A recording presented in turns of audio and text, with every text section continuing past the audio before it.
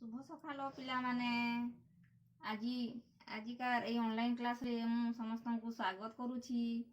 पिला माने तमा माने सब गप शुणिथिबो तम अजाई ठारू एवं गप शुणिया पई बहुत भल पाउथिबो ना।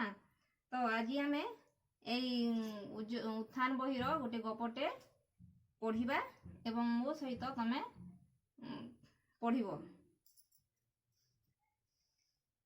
दिने बापा बजाररू सुंदर पक्षीटे घर को किणी आनिले। ताकू देखी अंजलि भारी खुशी हैला, तार जत्न नेला। किंतु पक्षीटी सबुबेले मुक्ति चाहूथिला।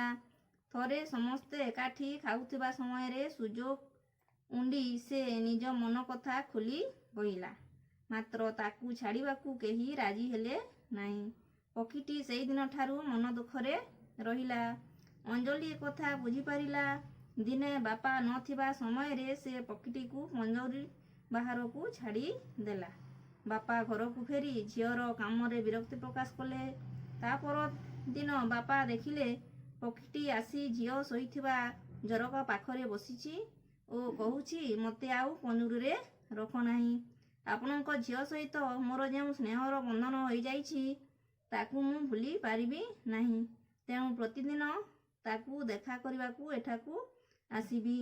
बापा और अंजलि खुशी होई पक्षीटी को आउंसी देले।